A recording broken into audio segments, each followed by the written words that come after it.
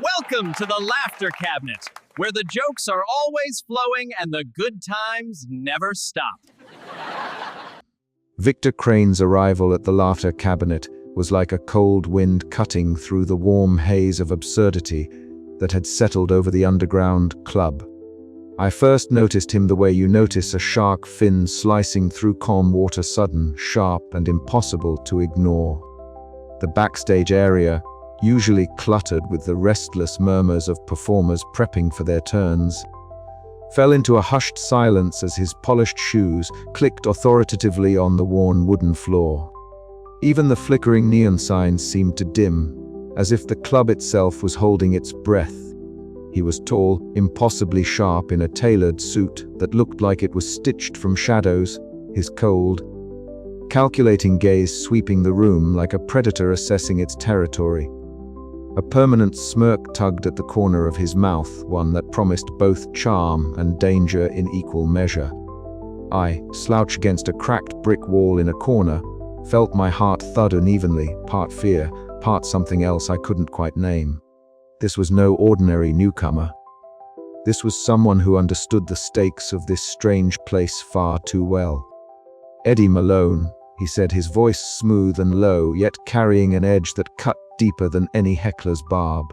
"I've heard whispers about you, the comedian who bombs so spectacularly his failures ripple reality. Fascinating talent. A shame it's so uncontrolled." I straightened, trying to hide the twitch of nerves. "Talent, you being kind. Usually it's just embarrassing." Victor's smirk deepened. "Embarrassment is a form of failure, Mr. Malone, and failure, as you've discovered, holds power here. But power without control is chaos, and chaos is a risk I intend to manage." His words hung in the air, heavy and deliberate. I wanted to retort, to tell him that chaos was the very essence of what made this place alive, but something about the cold certainty in his gaze made me pause. Lola Sparks, my sharp-witted ally with her brightly dyed hair and fierce loyalty, appeared beside me, her eyes narrowing as she took in Victor's imposing figure. "Don't listen to him," she hissed under her breath. "Victor wants to cage the club's magic, turn it into something sterile and predictable. We can't let that happen." I nodded, the weight of her words pressing down on me. Victor wasn't just a threat to me, he was a threat to everything the Laughter Cabinet stood for. The absurdity, the unpredictability, the dangerous magic born from bombing, all of it was at risk of being snuffed out by his cold ambition. Later, I found Victor standing alone on the balcony overlooking the club, the city's neon lights casting fractured reflections on his crisp suit. His eyes were fixed on the swirling cows below, calculating, planning. Behind his cold exterior, I caught glimpses of something darker, memories of past failures, obsessions that had twisted into a ruthless hunger for control. The encounter left me with more questions than answers. How could I, a washed-up comedian who only found power in failure, stand against a man determined to impose order on the very chaos that defined me? And more importantly, was I ready to embrace the chaos, fully to use it as a weapon rather than a curse? The club hummed with nervous energy as the night wore on, the shadows growing longer, the air thick with the promise of conflict. I knew this was only the beginning. Victor Crane's arrival had cast a long shadow, one that would test every joke, every failure, every ounce of wit I had left. But if there was one thing I'd learned from bombing on stage, it was this: sometimes the worst mistakes could change everything. And maybe, just maybe, that was the punchline I needed to survive. And so, with a shaky breath and a heart full of absurd hope, I stepped back into the fray, ready to face the old shadows that threatened to swallow the Laughter Cabinet whole. The laughter, after all, had to go on no matter the cost. The backstage hallway of the Laughter Cabinet hummed with low murmurs and the occasional clink of glasses. Shadows stretching along graffiti-streaked walls like reluctant audience members waiting for the next act. Eddie Malone lingered near the cracked mirror, adjusting his worn leather jacket with a nervous twitch. The familiar scent of stale beer mixed with the faint tang of sweat and old stage varnish filled the air.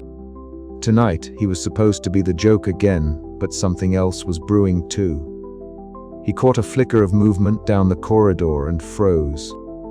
A figure slipped through the shadows with a grin that was less friendly and more a challenge. Jinx, the club's infamous troublemaker and Eddie's most persistent thorn. Lean and quick, with unruly dark hair that seemed to dance to its own chaotic beat, Jinx was no stranger to stirring the pot. Tonight he was up to something, Eddie could tell, planning to make me look worse than usual. Eddie muttered under his breath, eyes narrowing. He wasn't sure whether to be annoyed or oddly grateful. After all, if anyone could make bombing look spectacularly interesting, it was Jinx. The club's pulsing neon sign flickered, casting a surreal glow over the peeling posters of past performers, some faces smiling, others frozen in mid-laughter or horror. Eddie took a deep breath and stepped onto the stage, the familiar weight of the microphone in his hand anchoring him, even as his heart skittered like a nervous squirrel. Jinx's sabotage was subtle but effective, a prop here that wouldn't behave, a microphone cable that buzzed oddly, a cue card switched at the last moment. But as Eddie launched into his routine, the sabotage didn't just trip him up, it warped reality itself. The rubber chicken that was supposed to be a small, harmless prop suddenly ballooned to enormous, cartoonish proportions, flapping its floppy wings and honking with a surreal honk that echoed like a cosmic joke. The audience's laughter rippled and shifted, folding over itself like a kaleidoscope of amusement and confusion. Eddie stumbled, eyes wide, but something strange happened. The more he bombed, the more the club seemed to warp and bend. Audience members briefly flickered into different outfits, the stage lights pulsed with erratic colors, and the air thickened with an electric charge of absurdity. Backstage, Lola Sparks watched from the wings, her bright hair catching the neon like a flare. Her eyes were sharp, a mixture of concern and fierce loyalty burning within. She cornered Jinx with a glare that could slice through the thickest fog of nonsense. "You were playing with fire, Jinx," she warned, voice low but intense. "This isn't just a game. The club's reality is fragile. Your sabotage could break more than just a set tonight." Jinx shrugged, a mischievous grin tugging at his lips. "Relax, Lola, it's just a little chaos. Besides, Eddie could use some excitement. Excitement that could ruin us all," she snapped, stepping closer. "You don't get what's at stake here." Meanwhile, Eddie tried to regain his footing on stage, weaving his misfiring jokes into a tangled dance of self-deprecation and surreal mishaps. The audience's laughter rose and fell in unpredictable waves, and Eddie felt the strange power of his bombing coursing through the club's veins. Each failure was a pulse, a ripple that reshaped the space around him in unpredictable ways. After the set, the club emptied into a hush, the aftermath of chaos settling like dust motes in a beam of fading light. Eddie found himself face to face with Jinx in the quiet backstage room, the tension between them thick enough to cut with a punchline. "You're messing with forces you don't understand," Eddie said, voice low but steady. Jinx's grin softened just a fraction, a flicker of something resembling respect, or maybe shared bewilderment passing between them. Maybe. But maybe we were both learning how to play the game. Eddie shook his head with a wry smile, the irony not lost on him. In the laughter cabinet, even enemies could become unwitting allies in the absurd dance between failure and power. And tonight, the line between sabotage and salvation blurred into a cosmic punchline only the club could deliver. As he left the stage, Eddie wondered not if he would bomb again, but how far the fallout of those fumbles might ripple, and whether he could keep the laughter from tipping into chaos. The game was changing, and so was he. But one thing was certain in the laughter cabinet: every failure was a new beginning, and every joke, no matter how bad, held the power to rewrite reality itself. And as the dim lights flickered one last time, Eddie prepared for whatever absurdity the night might throw at him next, knowing that in this underground world of dangerous comedy, the only safe bet was to embrace the fumble, the stumble, and the glorious, unpredictable mess of it all. It was just past midnight when Eddie Malone found himself alone in the green room behind the stage of the Laughter Cabinet, the air thick with the lingering scent of stale beer and burnt coffee. The room was small, claustrophobic, lit only by the flickering of a cracked old television screen in the corner, which hummed softly, casting erratic shadows on the peeling walls. He sat slumped at a battered wooden table, a clutter of crumpled notes and half-empty pens strewn about like casualties of a long, losing battle. His fingers trembled as they darted over the surface of a yellowed notepad, scratching out jokes and punchlines in a furious scribble. Each time he read a line aloud, a weak quip, a forced pun, he immediately grabbed an eraser or the edge of his hand and smudged it into oblivion. Why did the chicken cross the road?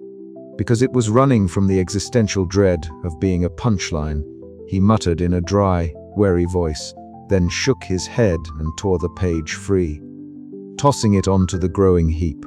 "No, no, no," he whispered, his voice cracking with self-reproach. Too safe, too obvious, too pathetic. It had become a ritual. The endless rewriting, the compulsive pacing, the self-inflicted torment of not being good enough. But tonight, the stakes felt different, heavier. The club's strange magic pulsed faintly in the background, a silent witness to his unraveling. Somehow his failures carried weight here, distorting more than just his career, they bent reality itself. The television flickered again, and Eddie's gaze was drawn involuntarily to the screen. Static gave way to a younger, sharper version of himself, bright-eyed, hopeful, standing under bright lights on a televised comedy special. The laughter was warm, inviting, until it wasn't. Gradually the scene soared. The jokes fell flat. The laughter turned forced, then mocking. His face twisted in panic, words stumbling out in a chaotic mess.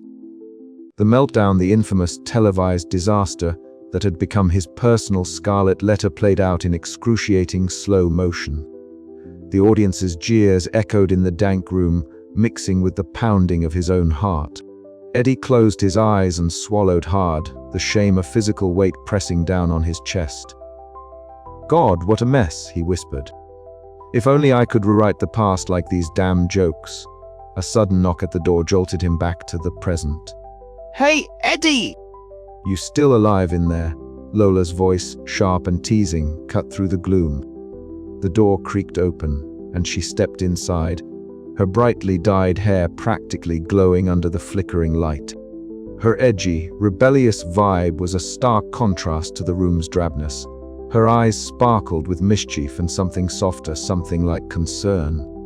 "You look like a man possessed by every bad punchline ever written," she said, folding her arms and leaning against the doorframe. "Or maybe just haunted by one televised disaster." Eddie forced a bitter chuckle. "You have no idea." Lola pushed off the doorframe and sauntered over, picking up a crumpled sheet from the table. "You know," she said, reading aloud one of his discarded lines. "Why did the existential chicken cross the road? That's some heavy stuff for a comedy club. Maybe you're trying too hard to be profound," he groaned. "Profound? I'm trying to survive. Every night's a minefield. One wrong joke and you bomb." Lola finished and reality bends. "Yeah, we know. But maybe it's not the bomb that's the problem. Maybe it's how you think about bombing." Eddie looked skeptical. "Enlighten me. What if bombing isn't failure? What if it's your superpower?" He raised an eyebrow, the irony not lost on him. "My superpower is embarrassing myself in front of strangers." She grinned. "Exactly. The world shifts because of your failures. Maybe that's more powerful than any perfect joke." Before Eddie could respond, the door opened again. Carla, the bartender, appeared, wiping her hands on a rag. Her sharp eyes softened when they landed on Eddie. "Hey, Eddie. Heard you were rewriting the universe again," she quipped dryly. "Or just your jokes?" He gave a weak smile. "Both, apparently." Carla slid onto the edge of a chair, her voice low and steady. "Look, kid, I've seen a lot of comedians come and go in this place. The ones who survive aren't the ones with the best jokes. They're the ones who find a way to laugh at themselves." Eddie sighed, rubbing the back of his neck. "Easier said than done." Sure, Carla said, but maybe you don't have to do it alone. This club's weird magic. It's real, but it's also about community. About finding your place in the chaos. Lola nodded enthusiastically. And we're here to help you figure that out. Eddie glanced between the two women, the weight on his shoulders feeling just a little lighter. Maybe it's time I stopped rewriting the punchline and started living it, he said quietly. Lola clapped him on the back. Now you're re-talking.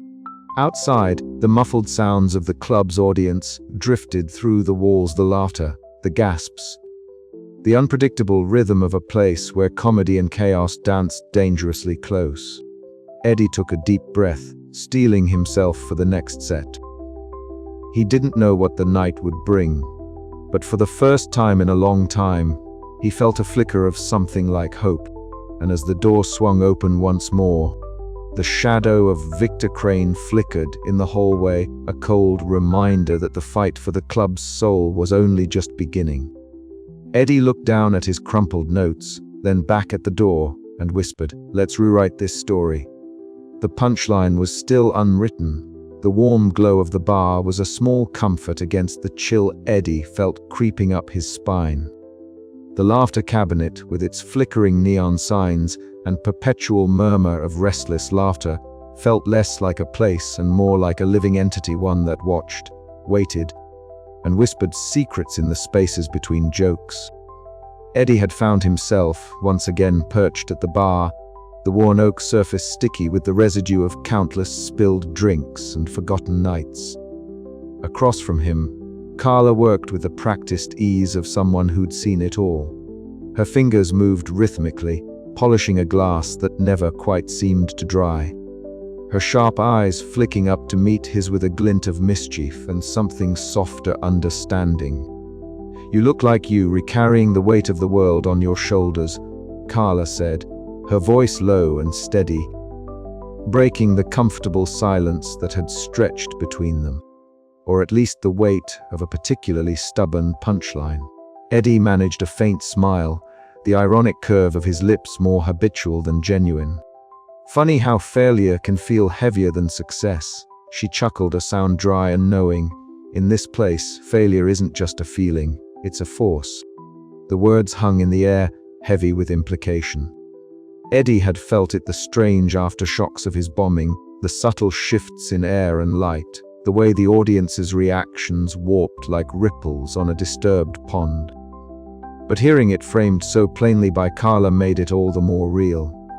"You want to know about the club?" Carla asked, leaning in slightly, her voice dropping to a conspiratorial whisper. "The laughter cabinet isn't just a venue. It's a crucible. A place where comedy and chaos collide, where the rules bend like badly delivered punchlines." Eddie's eyes narrowed, his curiosity piqued despite himself.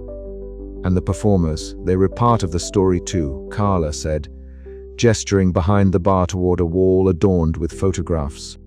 She reached up and tapped one gently, a sepia-toned image of a man mid-joke, eyes wide and mouth frozen in an expression somewhere between terror and delight.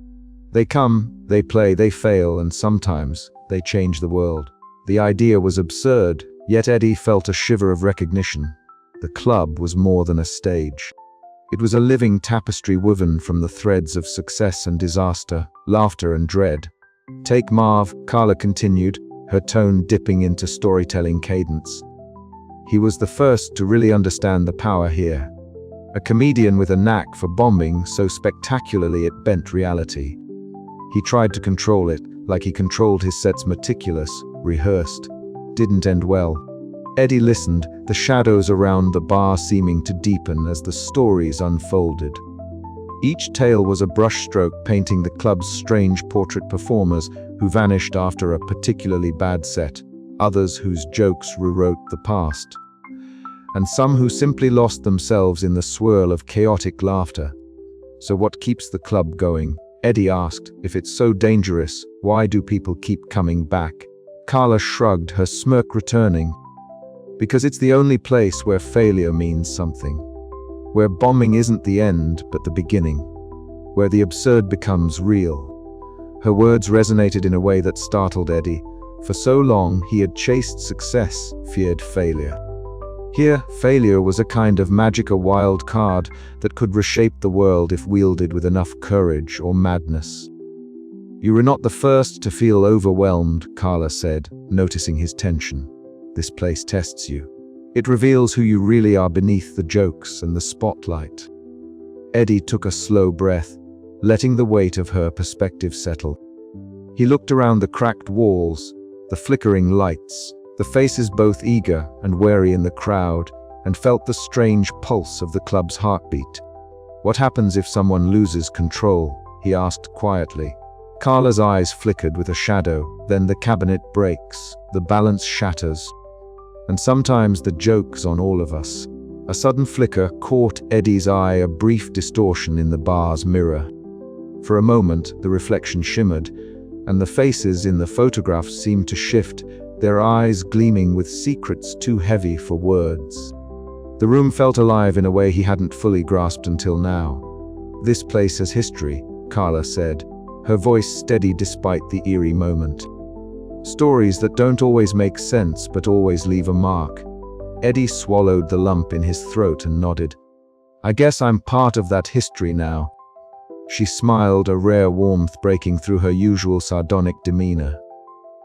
"That's the thing about the laughter cabinet, you don't get to choose your role. But you do get to decide how you play it." As the night deepened and the crowd's laughter wove a rich tapestry of sound around them, Eddie felt something shift inside. The fear and doubt that had gripped him loosened just a little, replaced by a tentative hope wrapped in absurdity.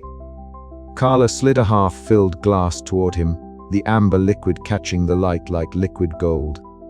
"To failures that change worlds," she toasted, her eyes sparkling with mirth and melancholy. Eddie clinked his glass against hers, their quiet laughter mingling with the chaotic hum of the club. In that moment, amid the swirling shadows and whispered jokes, he glimpsed the strange, fragile magic of the place, a magic he was only beginning to understand, and that he would soon have to wield. But for now, he sat back and listened, letting Carla's tales wash over him like a balm for his battered confidence. The laughter cabinet was no longer just a stage. It was a crucible of absurdity and hope, and Eddie was ready to step deeper into its strange light. And somewhere in the distance, the faint echo of laughter promised that the next act was just beginning. The air outside the laughter cabinet was thick with fog, curling lazily around the dim glow of streetlights as Eddie Malone pushed open the heavy door and stepped into the night. The cool dampness kissed his cheeks, a sharp contrast to the stifling, laughter-laden heat of the club behind him. He blinked, rubbing the sweat from his forehead, still tasting the bitter aftertaste of his latest disastrous set. His jokes had bombed spectacularly, the audience's laughter a cruel cacophony of disbelief and discomfort. Yet, something strange had happened. A little thing, almost imperceptible, but enough to prick at the edges of his mind like a forgotten punchline refusing to die. He turned down the narrow street, the neon sign of a nearby diner flickering overhead. It was meant to spell Pete's Place, but tonight, that sputtered and died, leaving a glowing Pete's Place. Eddie's brow furrowed. He shook his head, blaming the fog or the exhaustion, but the nagging feeling persisted. It was as if the world had hiccuped, a subtle twitch in the patchwork of reality. "No, that didn't happen before," he muttered to himself, voice low and hoarse. "Did it?" His footsteps echoed hollowly as he made his way back inside. The club was quieter now, the night winding down. At the bar, Carla was wiping down glasses, her sharp eyes catching his unsettled expression. "Rough set?" she asked, sliding a glass toward him.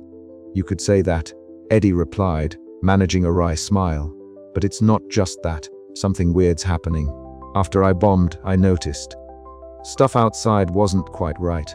Carla raised an eyebrow, skepticism etched into the creases of her face. "Weird how?" "Like that neon sign out there," Eddie said, motioning vaguely. "It flickered and changed, small stuff, but it felt off." She studied him for a long moment, then sighed. Eddie, you've been under a lot of stress. Maybe it's just your mind playing tricks. He shook his head, frustration bubbling beneath the surface. No, Carla. It's real. I think my bombing, my failed jokes, they're rechanging things. Not just here, but out there, in the real world. Carla's lips twitched into the ghost of a smile. That's a hell of a theory. Before Eddie could respond, Lola Sparks slid onto the stool beside him, her brightly dyed hair a splash of rebellion in the dim light. She grinned, eyes sparkling with mischief and something deeper understanding. He's not crazy, she said, nudging Eddie's shoulder. I've seen it too. The club's reality isn't just a stage trick. It bends and twists with every joke, every flop, every laugh and groan. Eddie looked at her, hope flickering amid the chaos. You mean, it's not just me? Nope, Lola said, pulling out a crumpled photograph from her jacket. Look at this. Eddie took the picture, squinting. The club's facade shimmered and rippled, edges blurring like a mirage. Every time he blinked, the image shifted, doors appeared where there were none, windows changed shape. Colors danced unpredictably. It's like the club itself is alive, Eddie whispered. Lola nodded. And our failures, they were the heartbeat. The realization was dizzying. Eddie felt the weight of it settle deep in his chest, a mix of awe and creeping dread. If his bombing could ripple out and warp reality, how far did that power stretch? Could he control it? Or was he a walking chaos bomb waiting to detonate? That night, Eddie wandered the city streets alone, the fog wrapping him in a ghostly embrace. He stopped beneath a flickering street lamp. Its light pulsed erratically, shifting from pale yellow to a soft blue and back again, as if uncertain of its own existence.